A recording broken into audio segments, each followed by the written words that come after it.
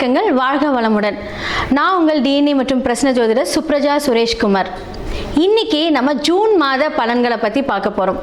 June மாதம் அப்படின்னாலே every year உங்களுக்கு தெரியும், ஜூன்னாலே ஒரு சிறப்பான மாதம், ஒரு சென்டர் ஆஃப் மந்த் வந்திருக்கும். அந்த இயரில் ஒரு பாதி கடந்த ஒரு விஷயம் நம்ம அடியெடுத்து வைக்க போகிறோம் அப்படின்னு சொல்லலாம்.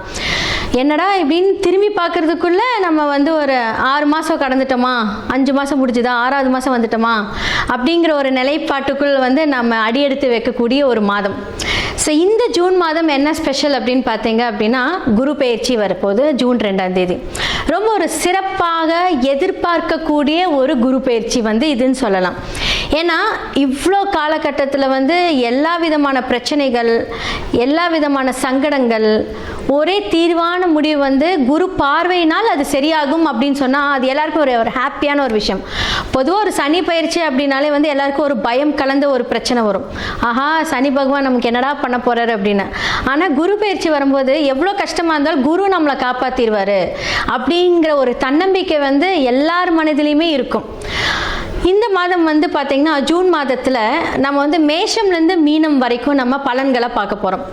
ஸோ யாருக்கெல்லாம் தொழில் அமைய போகுது, யாருக்கெல்லாம் கல்யாணம் அமைய போகுது, யாருக்கெல்லாம் லவ் சக்ஸஸ் ஆக போகுது, முக்கியமாக எல்லாருக்குமே ஃபினான்ஷியல் ஸ்டெபிலிட்டி ஒவ்வொரு ராசிக்காரர்களுக்கும் இந்த மாதத்தில் எப்படி இருக்குது அப்படின்னு நம்ம பார்க்க போகிறோம். முக்கியமாக யாரெல்லாம் ஜாக்கிரதையாக இருக்கணும். என்னடா இது ஒரு ஹாப்பியான ஒரு விஷயம் கேட்கும்போது நமக்கு கேட்கவே காதில் ரொம்ப நல்லாயிருக்கும். ஆனால் சில விஷயங்கள் ஜாக்கிரதையாக இருக்கணும் அப்படின்னு சொல்லும்போது எல்லாருக்குமே ஒரு பயமாக இருக்கும். என்ன சொல்ல போகிறாங்க, நம்ம என்ன பண்ணணும் அப்படின்னு. ஏன்னா ஒவ்வொரு ஜாதகம் ஒவ்வொரு விதிப்படி நடக்கும். அதே மாதிரி இந்த கிரகங்களுடைய மாற்றங்கள் பார்த்தாங்க அப்படின்னா கோச்சார ரீதி அடிப்படையில் தான் நம்ம பேச போகிறோம். அந்த கோச்சாரங்கள் ஒவ்வொரு ஜாதகத்துக்கும் அந்த குரு யாரு, ஒவ்வொரு லக்னக்காரர்களுக்கும் அந்த குரு எந்த இடத்துல இருக்கு, யாருக்குரியவர் எந்த இடத்துல இருந்து கோச்சாரங்கள் அடிப்படையில் நமக்கு பலனை கூறுகிறார் அப்படிங்கிறது பார்த்தீங்கன்னா சுய ஜாதகத்தை பார்க்க வேண்டும். இப்போ சொல்கிறது கோச்சார அடிப்படையில் சொல்லக்கூடிய பொது பலன்கள். இது நிறைய பேருக்கு சூட்டபிள் ஆகும். அப்போ என்னன்னா உங்களுடைய சுய ஜாதகத்தை பார்த்து நீங்கள் அதை சரி செய்து கொள்ளலாம். இன்னே ஒன்று சொல்கிறேங்க, எல்லா விஷயத்துக்கும் சிம்பிளான பரிகாரங்கள், வாழ்க்கை பரிகாரங்கள், அதாவது வாழ்வியல் ரீதியான பரிகாரங்கள் மூலியமாக எல்லாமே சரி பண்ணலாம். ஸோ இப்போ மேஷம்லேருந்து மீனம் வரைக்கும் பார்க்கலாம். சிம்ம ராசி மற்றும் லக்னக்காரர்களுக்கு இந்த ஜூன் மாதம் எப்படி இருக்க போகுது? பொதுவாக லக்னத்திலே கேது இருக்காரு. நிறைய விஷயங்கள் எனக்கு தான் தெரியும் அப்படின்ட்டு நீங்கள் எடுக்கக்கூடிய விஷயங்களில் கொஞ்சம் ட்ரபிள்ஸை ஃபேஸ் பண்ணிட்டு வந்துக்கிட்டே இருப்பீங்க. அப்போ உங்களுக்கு இந்த காலகட்டத்தில் பேசாமல் இருந்தக்கூடிய தாய் தந்தையர் இப்போ பேசுவாங்க. உங்களுக்கு இவ்வளோ நாள் ஒரு பிரச்சனையில் இருக்கக்கூடிய விஷயங்கள் பேசுவாங்க. அது நல்லதான்னு கேட்டால் ஒரு 50-50 தான் நீங்கள் எடுத்துக்கணும். ஏன்னா சொத்து அப்படின்னு சொல்லக்கூடிய விஷயங்களில் கொஞ்சம் பிரச்சனைகள் வரக்கூடிய ஒரு விஷயம். அதாவது எப்படின்னா, ஒரு வீட்டில் ஒரு 4 பேர் இருக்கீங்க அப்படின்னா உங்களுக்கு ப்ராப்ளமாக இருக்கக்கூடிய ஒரு சொத்தை கொடுப்பாங்க. ஏன்னா இந்த மாதிரி ஏன்னா ஆல்ரெடி ஏன் அது அப்படின்னா சனி வேற பார்க்குது அஷ்டம். அப்போ அந்த பிரச்சனை அது மூலியமாக வம்பு வழக்கு கோர்ட்டு கேஸு பார்க்கக்கூடிய ஒரு தருணம் இந்த 2.5 வருஷத்தில் இருக்கிறனால இந்த மாதிரியான ஒரு அமைப்புகள் இந்த காலகட்டத்தில் அது இனிஷியேட்டிவ் ஆயிருக்கும். ஒரு 2-3 மாதத்துக்கு முன்னாடி ஆயிருக்கும். ஸோ அதனால் நீங்கள் ஒரு சொத்து பிரிக்கிறதா இருக்கும்போது ஒரு 4-5 பெரியவங்க மூலிமா போய் உட்காந்து சண்டை போடாமல் பிரச்சனை பண்ணாமல் அமைதியாக உட்காந்து நீங்கள் பொறுமையாக உட்காந்து ஒரு செயல்களில் ஈடுபடும் போது உங்களுக்கு அந்த சொத்து கரெக்டான ஒரு விஷயங்கள் மூலியமாக வரும். ஒன்று லக்னத்திலே கேது இருக்கும்போது என்ன அப்படின்னா, நான் சொன்ன பார்த்தீங்கன்னா நம்ம செய்கிறதா கரெக்டாக நம்ம மூவ் பண்ணும்போது பிரச்சனையாகும் அப்படின்னு. ஏன்னா சிம்ம லக்னத்துக்கு கேது பகவான் அவர் என்ன பண்ணுவார் அப்படின்னா, சூரியன் கேது அப்படின்னு வச்சுக்கோங்களேன், ஒரு தோஷத்தை குறிக்கும், கிரகண தோஷத்தை குறிக்கும். அது கம்ப்ளீட்டான்னு கேட்டால் ஒரு செவ்வானம் மாதிரி. ராகு கரு கும்முன்னு இருக்கும், இவர் கொஞ்சம் செவ்வானம் மாதிரி. ஒரு 70-30 வச்சுக்கோங்க. அப்போ என்னாகும் அப்படின்னா அதை பற்றின ஒரு தெளிவையும் கொடுத்துருவார். அதான் விஷயம். ஃபஸ்ட்டு ஒரு பிரச்சனையை கொடுப்பார், அது மூலியமாக ஒரு தெளிவை கொடுப்பார். ஆனால் அதுக்குள்ளே நம்ம என்ன பண்ணுவோம், எதிரிகளை சம்பாரிச்சிருவோம். அதான் இங்கே. அப்போ என்ன பண்ணுறது, நாங்கள் என்ன தான் பண்ணுறது, எங்களுக்கு ரொம்ப பிரச்சனையாக இருக்கே அப்படின்னா யோசித்து முடிவு பண்ணுங்கள். இந்த காலகட்டத்தில் இன்வெஸ்ட்மெண்ட் பண்ணவே கூடாது நீங்கள். ஏன்னா 6ஆம் வேலை செய்தால் அப்போ என்ன பண்ணும் அப்படின்னா கடன் வாங்குறது, பார்ட்னர்ஷிப் மூலியமாக பிரச்சனைகளை எதிர்கொள்வது. இப்போ நாங்கள் பண்ணுறோம், இப்போ நீங்கள் எங்களை பார்க்குறீங்க, ஜாதகம் பார்க்குறீங்க அப்படின்னா அதை நாங்கள் சரி பண்ணி கொடுத்துருவோம். ஆனால் சரி பண்ணதுக்கு முன்னாடி வாழ்வியல் பரிகாரம் மூலியமாக அதை டேக்கிள் பண்ணி எடுத்துகிட்டு போயிட்டோம். இல்லாட்டி என்னாகும் அப்படின்னா அடுத்த ஒரு விஷயங்கள் யாராவது மூக்க நுழைச்சு உங்களை பிரச்சனையிலேயே உட்கார வச்சுட்டு இருப்பாங்க. இப்போ டாக்டர்ஸாக இருக்கட்டும், அதுக்கப்புறம் பார்த்தீங்க அப்படின்னா இந்த பிரச்சனைகள் பிரச்சனை சம்மந்தப்பட்டக்கூடிய தொழில்கள் இருக்கிறவங்களுக்கு வந்து பிரச்சனையாக இருக்குன்னா அது பெரிய பிரச்சனையாக இருக்காது. ஆனால் வந்து நார்மலான ஒரு மனிதர்கள் ஒரு பிஸ்னஸ் பண்ணுறீங்க, வேலைக்கு போகிறீங்க அப்படின்னா உங்களை தேடி பிரச்சனை வரும், ஹையர் அஃபீஷியல்ஸ் மூலிமா பிரச்சனை வரும்.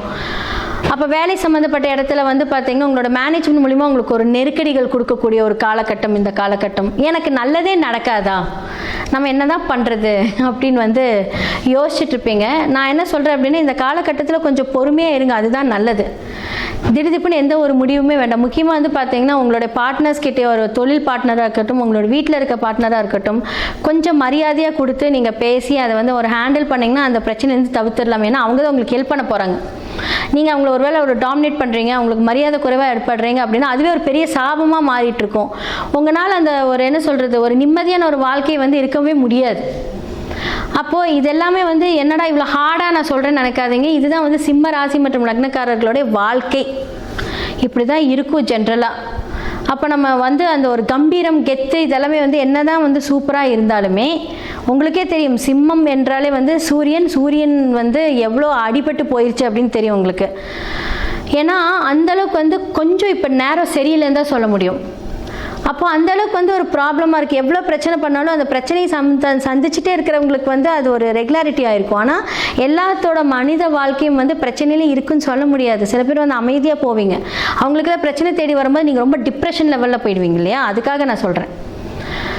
அடுத்ததாக வந்து பார்த்திங்கன்னா 8ஆம் இடம் அப்படின்னு சொல்லக்கூடிய விஷயத்தை வந்து பார்த்திங்கன்னா, ஒரு கடன் வாங்குறீங்க, அது வந்து தீரா கடனாக மாறுது அப்படின்னா அது உங்கள் கையில் தான் இருக்குது. இந்த காலகட்டத்தில் இது அவசியமானு மட்டும் பார்த்துக்கோங்க. ஒரு வீடு கட்டுறீங்க அப்படின்னா நிதானிச்சு வீடு கட்டுங்க, ரொம்ப வந்து அகலக்கால் வைக்க வேண்டாம்.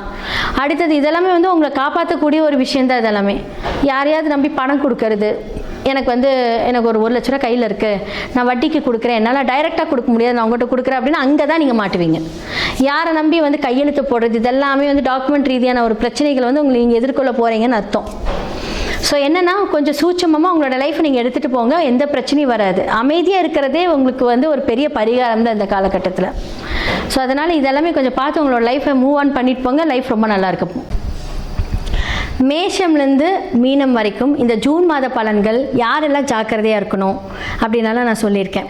ஓகே, இப்போது நல்லா இருக்கிறவங்களுக்கு ஓகேங்க. ஒரு ஜாதகத்தில் வந்து நான் சொன்னேன் இல்லையா, அந்த தசாபுக்தி வச்சு தான் வந்து அந்த பலன்கள் இருக்கும் அப்படின்னு.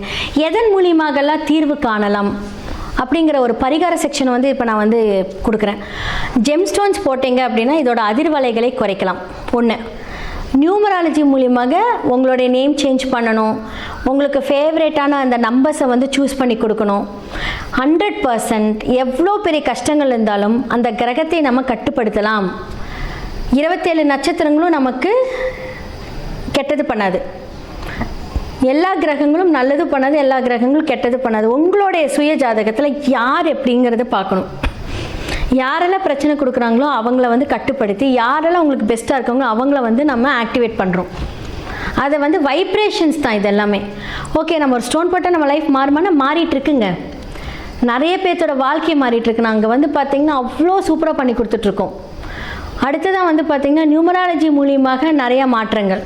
உங்களுக்குன்னு ஒரு எண்கள் இருக்குது, அந்த எண்களை வந்து நம்ம எப்போவுமே வந்து நம்மளோட இடது கையில் எடுத்து ஆக்டிவேட் பண்ணிக்கிட்டே இருக்கணும். அதை ஆக்டிவேட் பண்ண நமக்கு வந்து பிரபஞ்சத்திலிருந்து வரக்கூடிய அந்த சக்திகள், பிரபஞ்சத்திலிருந்து வரக்கூடிய அந்த வைப்ரேஷன், நம்மளுடைய வாழ்க்கை, நம்மளுடைய எண்ணங்கள். சில பேர் வந்து பார்த்திங்க அப்படின்னா பேட் தாட்ஸ் வந்துக்கிட்டே இருக்கும். போனால் ஆக்சிடென்ட் ஆகிடுமா, நம்ம போனால் செத்துருவோமா, நமக்கு இப்படியா அப்படியா, அந்த தாட் எல்லாமே என்ன பண்ணும், கண்ட்ரோல் பண்ணும். அது நீங்கள் கிடையாது, உங்களுடைய கிரகங்கள் தான் அதை வந்து இது பண்ணுறது. யாராவது ஒருவர் வந்து தவறு செய்கிறாங்க அப்படின்னா அது அவங்க பண்ணல, அது வந்து அந்த இயக்கத்தின் கிரகத்தோட இயக்கம் தான். நான் தான் சொன்னேன் இல்லையா, சில கிரகங்கள் வேதகனாகவும் செயல்படும். அதை வந்து நம்ம வந்து பார்த்து அந்த வேதகனை டீஆக்டிவேட் பண்ணி நமக்கு யாரெல்லாம் ஃப்ரெண்ட்ஷிப்பாக இருக்கக்கூடிய கிரகங்களை ஆக்டிவேட் பண்ணணும். ஸோ உங்களோட சுய ஜாதகத்தை பாருங்கள், கீழே இருக்கிற என்னோட நம்பருக்கு நீங்கள் காண்டாக்ட் பண்ணி உங்களோட அப்பாயின்மெண்ட்டை புக் பண்ணுங்கள். ஸோ ஜெம்ஸ்டோன்ஸ் மூலிமா தீர்வு, வாஸ்து மூலியமாக தீர்வு, நியூமராலஜி மூலியமாக தீர்வு, வாழ்வியல் பரிகாரங்கள் மூலியமாக தீர்வு, எல்லாத்துக்குமே ஆப்ஷன்ஸ் இருக்குது. இதே மாதிரி வேறொரு நிகழ்ச்சியில் உங்களை சந்திக்கிறேன். நன்றி, வணக்கம்.